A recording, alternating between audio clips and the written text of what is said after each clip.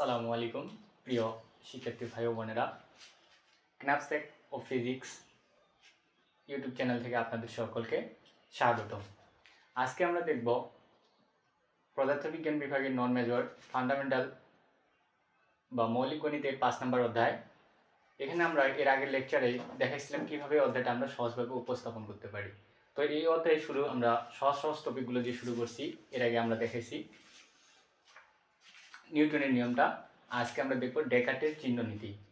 তো ডেকার্টের চিহ্ন নীতি জানতে হলে প্রথমে আমাদের ডেকার্টের যে একটা থিওরাম আছে এই থিওরামটা সম্পর্কে আমাদের একটু ধারণা নিতে হবে।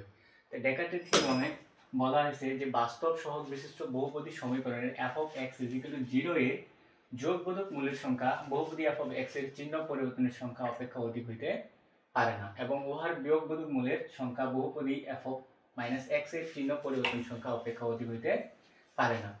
তো এই বাংলা ব্যাখ্যা বা বাংলা লেখা পড়ে আমরা তেমন কিছুই বুঝতে পারি না। তারপরে এখানে একটু বোঝার চেষ্টা করি যে বাস্তব সহগ বিশিষ্ট বহুপদী সমীকরণ। এখন সহগ যে কোনো আমরা একটা সমীকরণ জানি, যেমন এটা একটা সমীকরণ।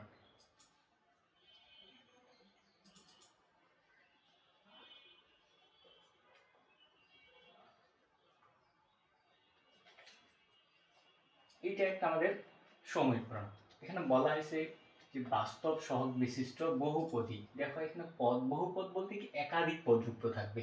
এই সমীকরণটার দিকে যদি আমরা তাকাই, এখানে দেখেন একের অধিক পদ আছে, তো এটাকে বলা হয় বহুপদী সমীকরণ। এবং সহগটা কি বলছে ভাই? বাস্তব। দেখো এখানে এর মান এটা অবশ্যই বাস্তব হতে হবে বা ধনাত্মক হতে হবে। যদি ঋণাত্মক হয় -1 হতে পারে, -2 হতে পারে, কিন্তু এইগুলো কি একটা বাস্তব মান। এখন যদি এটার মান আমরা দিই -√, এটা কিন্তু ভাই বাস্তব মান নয়, তো এইটা কখনো হতে পারবে না। আর এর যে মূল বা প্রকৃতিগুলো বের করবো, এই মূল বা প্রকৃতিগুলো সবসময় যে বিয়োগবোধক বা যোগবোধক মূলগুলো অপেক্ষা সবসময় কি হবে ভাই? কম হবে, কখনো বেশি হবে না। তো এরকম যদি আমরা একটা উদাহরণ করি, তাহলে হয়তো বা আমাদের এই যে থিওরামটা বা ডেকার্টের চিহ্ন নিয়মটা, এটা আমাদের ধারণা আসবে এটা সম্পর্কে বিস্তারিত। যদিও আমরা ডেকার্টের থিওরাম থেকে তেমন কিছু বুঝতে পারিনি, যদি আমরা এই উদাহরণটা ভালো করে বুঝি, তাহলে আমাদের যে ডেকার্টের চিহ্ন নিয়ম বা বিধিটা আছে এটা আমাদের মাথায় সেট হয়ে যাবে। তো এখানে একটা উদাহরণ দেয়া আছে, এই উদাহরণটা দেখি। ডেকার্টের চিহ্ন নীতি ব্যবহার করিয়া এই যে একটা প্রদত্ত সমীকরণ দেয়া আছে, ওইখানে বলা হয়েছিল যে বাস্তব সহগ বিশিষ্ট একটি সমীকরণ। দেখো এই যে সমীকরণটা দিচ্ছে, এটা কিন্তু এর যে সহগগুলো আছে প্রতিটা মানেই বাস্তব মান। এখানে কিন্তু অবাস্তব বা কাল্পনিক মান দেওয়া নাই। এই সমীকরণ মূল প্রকৃতি, মূলের যে প্রকৃতিটা হবে এটা নির্ণয় করো। এটা নির্ণয় করা খুব একটা কঠিন কাজ নয়, খুবই সহজ। এখানে একটু বাংলা ব্যাখ্যা দিতে হয়, জাস্ট এটুকুই। দেখো প্রদত্ত সমীকরণ, যে সমীকরণটা দেওয়া আছে সেই সমীকরণটা আমি লিখছি। এখন এই সমীকরণকে ধরে নেওয়া লাগবে একটা ফাংশন। আমরা জানি f of x, এই সমীকরণটা আমরা ধরে নিলাম। এখন এই যে f of x এটা ধরে নিচ্ছি, এখানে আমরা একবার যে x এর যে জায়গাটা আছে এই জায়গায় একবার প্লাস বসাবো, +1 বসাই এটার সাথে গুণ করব। এখন দেখি এখানে যদি আমরা +1 বসাই, যেমন 4টা তো সহগ, এটা তো চেঞ্জ হবে না। এখন এই যে x এর জায়গায় আমরা +1 বসাবো, +1 এর পর যদি পাওয়ার 4 দিই, এর মান আসবে +1। তার মানে এই যে x এর যে মানটা আসবে এটা কি আসবে? ধনাত্মক আসবে, এই জন্য এই চিহ্নটা হবে প্লাস। একইভাবে x² এর জায়গায় যদি আমরা +1 বসাই, এই মানটা কি আসবে? প্লাসই আসবে, তো এই জন্য এটা আসে প্লাস। আবার 3x এর জায়গায় যদি +1 বসাই, এখানেও আসবে প্লাস। আবার এখানে দেখো এটা আসবে মাইনাস।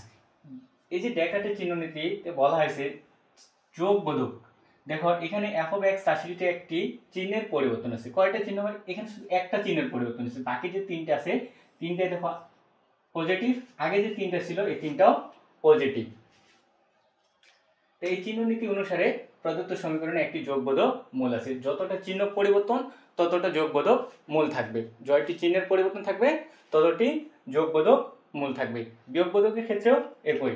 দেখো আমরা যে সমীকরণটা ছিল ওইটা আবার লিখব, যে সমীকরণটা দেওয়া ছিল আমরা ওইটা আবার লিখব। সেম ভাবে আমরা যেখানে +1 বসেছিলাম, এই যে f of x এর জায়গায় আমরা কি বসেছিলাম? +1। এখন f of x এর জায়গায় আমরা বসাবো -1, বা x এর সামনে কি দিব? ভাই মাইনাস দিব। যদি x এর সামনে এখানে মাইনাস দিই, যে x এর সামনে মাইনাস দিই, x⁴ এর মান যদি আমরা -1 দিই, এরপর পাওয়ার হবে 4। এখন মাইনাস চিহ্নের উপর যদি পাওয়ারটা জোর থাকে, সবসময় চিহ্নটা হয় পজিটিভ। যেমন -1 এর পর যদি আমরা স্কোয়ার করি, এটার সময় আমরা কি লিখি? +1।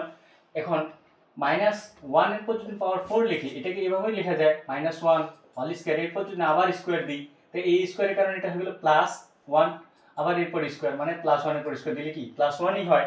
সেম ভাবে x স্কোয়ার, এখন -1 এর পর যদি স্কোয়ার দিয়ে মানটা অটো হয়ে যায় +1, এই জন্য এখানে প্লাস, এখানেও প্লাস। আবার দেখো 3x, এখন 3x, এই যে x, এখানে x এর মান যদি -1 বসাই, এর সহগ কত? এই যে পাওয়ার আছে, পাওয়ার 1। এখন -1 এর পর পাওয়ার যদি 1 হয়, এর মানটা -1ই হয়, এই জন্য এখানে মাইনাস হয়েছে। এইখানে কিন্তু মাইনাসটা গুণ করা যাবে না। আমরা সাধারণত যেটা ভুল করি, যে এখানে x এর মান বুঝি -1 বসাই দিলাম, দিয়ে এখানে মাইনাস মাইনাসে প্লাস করে দিলাম। এইটা কখনো করা যাবে না। আমাদের করতে হবে কি, যে x এর উপর যে পাওয়ারটা দেয়া আছে, ওই পাওয়ারের সাথে -1টা ক্যালকুলেশন করতে হবে। এখন এখানে x এর পাওয়ার কত আছে? 1। প্রতিটা ক্ষেত্রে কিন্তু আমরা পাওয়ার দিয়ে কাজ করছি, কোথাও কিন্তু আমরা এই যে প্লাস বা প্লাস মাইনাসে গুণ করি নাই। করছি কি, যে x এর উপর যে পাওয়ারটা দেয়া থাকবে, ওই পাওয়ারের সাথে আমরা মানটা বসাই দেবো, জাস্ট এইটুকুই। তো দেখেন এখানে x এর পাওয়ার 1, এই জন্য 1, আবার এই যে x এর জায়গায় বসাতে হবে -1। তাই -1 এর পর যদি পাওয়ার 1 থাকে, ওটা সবসময় -1ই হয়। আর আগ থেকে এখানে আমাদের ছিল মাইনাস। তো এখানে যদি আমরা দেখি f অফ -x রাশিতে একটি চিহ্নের পরিবর্তন আছে। কয়টা চিহ্নের পরিবর্তন? এখানে কিন্তু মাইনাস ছিল, এখানে আমরা -1 বসার পর প্লাস পাইছি। এখানেও যদি -1 বসাই, তারপর আমরা কি পাচ্ছি? প্লাস পাচ্ছি। এখানে কিন্তু কোনো চিহ্ন পরিবর্তন হচ্ছে, শুধু জাস্ট এই যে এইটার। তার মানে এখানেও কয়টি চিহ্ন পরিবর্তন রয়েছে? একটি চিহ্নের পরিবর্তন রয়েছে। তাই সুতরাং ডেকার্টের চিহ্ন নীতি অনুসারে প্রদত্ত সমীকরণের একটি বিয়োগবোধক মূল আছে। এখন মূল প্রকৃতি জানার জন্য আমাদের একটা সূত্র জানতে হবে, যে সূত্রটা হলো কাল্পনিক মূল।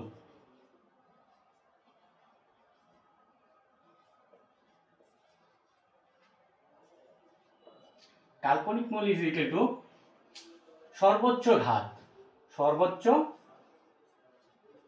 ঘাত মাইনাস যোগবোধক মূল প্লাস বিয়োগবোধক মূল। যোগবোধক মূল প্লাস হবে বিয়োগবোধক মূল।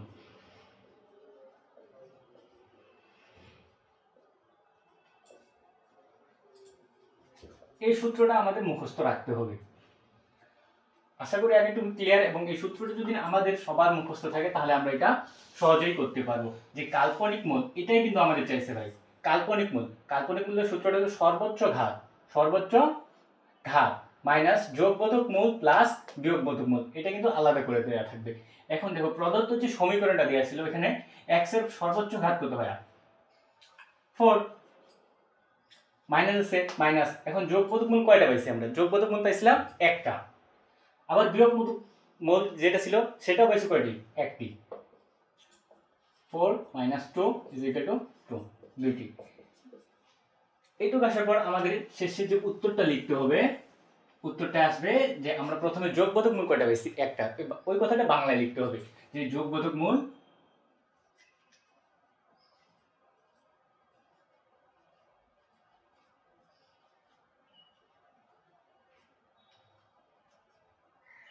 একটি। এটা আমরা শুরুতে পাইছি, প্রথম স্টেপে পাইছিলাম যে যোগবোধক মূল একটি। আবার বিয়োগবোধক মূল কয়টা পাইছি?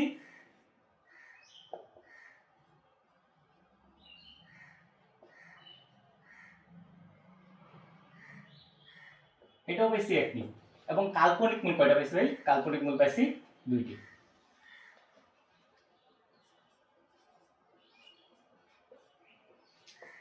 এটা হলো মূলের প্রকৃতি। আজকের ভিডিও এখান থেকে শেষ। পরবর্তীতে দেখা হবে আরো কোনো লেকচারে। আল্লাহ হাফেজ।